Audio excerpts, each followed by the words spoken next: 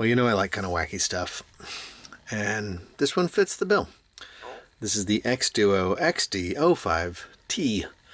xDuoo, known for making, tube-based gear, hybrid stuff usually. I've reviewed some of their things previously, heard more of them. I generally like their stuff. I think they don't, the prices are in non-astronomical territory, and they offer some pretty cool, fun combos, and you can have a lot of fun and not break the bank and get the joy of tubes.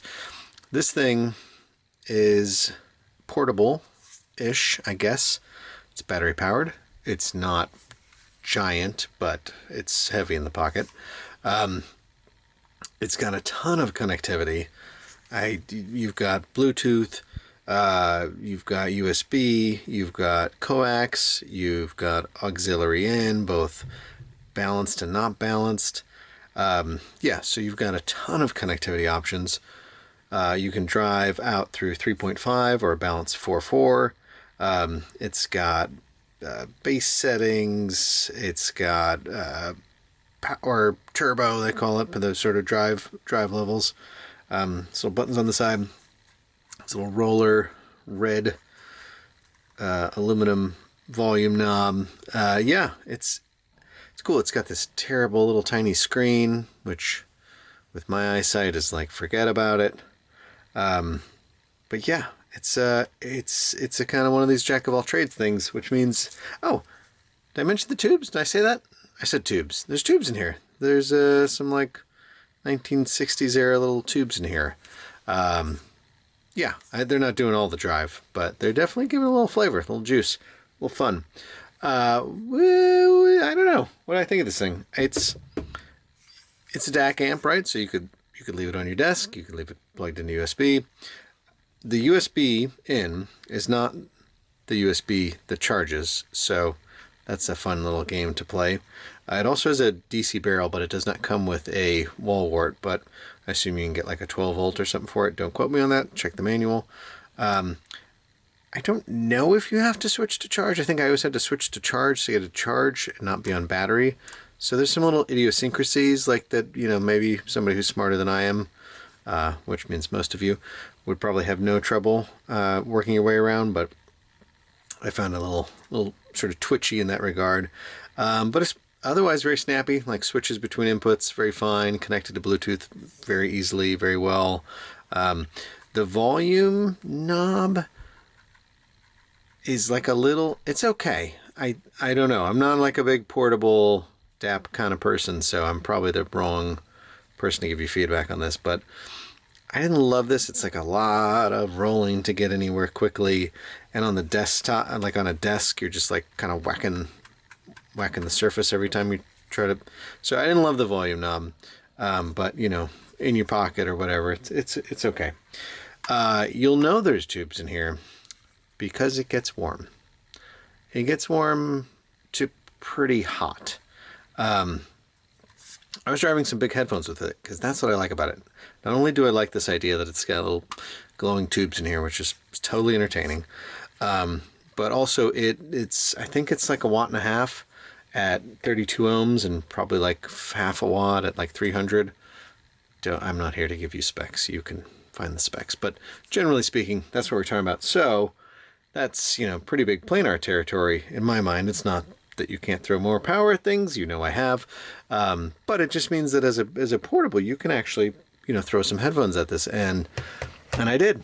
I got the Calderas out. It drove them pretty effortlessly on both its like lower gain, and you didn't really need to get into turbo. You could bass boost for fun, but these headphones are it's pretty solid. That's the good news. Yeah, so drove the Caldera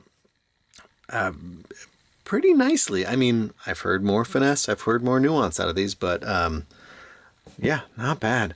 The Sisvara aren't as much the high water mark as they once were in terms of pain in the ass headphones to drive, now that you've got things like tungsten and stuff in the world.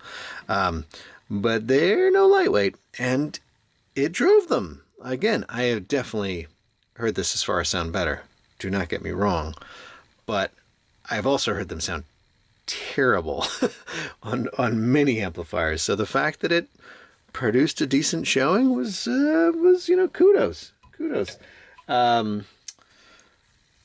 HE6V2s, not so much. I think this was kind of a... They sounded pretty thin. They sounded pretty terrible. But these headphones are sort of current monsters and kind of grumpy. Overall, sound-wise, I'd say it does have some warmth to it. It's sort of leaning into that, sort of tube-ish vibe, but not necessarily in a great way in my mind, because for me, tubes are not just about gooey, lush, whatever. They're about spatialness, they're about sparkle, they're about magic, and I don't think you're getting that, but you're getting a little warmth in the mid-range that's pretty nice.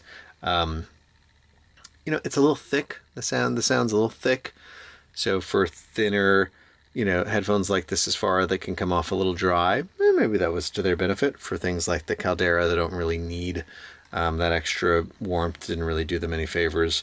The bass boost is fun, it definitely kicks up the party a little bit. In my experience, most headphones that did not require turbo, if you sort of went into that realm, you definitely started to lose fidelity, lost a little clarity. And so generally I think that's probably true, is that you're not getting the most out of this thing when it's having to push and drive as hard as it possibly can. It's got some, what are they, ESS chips I think in here. And it's an okay DAC. It's not bad. It's not bad.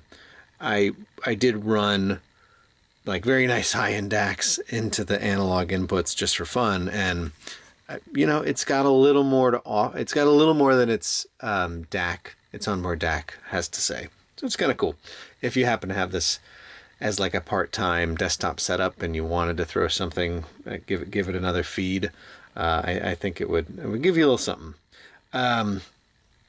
Yeah, I think mostly, what you should expect sound-wise is, a one, hey, it's got enough drive to push some headphones, drop it in your pocket. I was walking around the house listening to big planars, something I don't get to do, kind of novel and entertaining, or like laying on the couch instead of being tied to the desktop setup. So very nice in that regard. But like I said, it's a thick sound. It's a bit tight and congested. You're not getting big throwy sound stages. You're not getting super detailed finesse, but you get a lot of good sound. And I think it's like $550 for this guy. So DAC, amp, portable. I don't know. It's fun. What can I say? Is it for you? I don't know. That's for you to figure out. But I did find it to be an entertaining little thing, and hung out with it. Took it travel a little bit, and yeah, it's and a screen. So that's nice. Not black, not silver, green. Fun. Okay, y'all. Yeah, xDuoo. Having fun. All right, Signcraft. Signing out.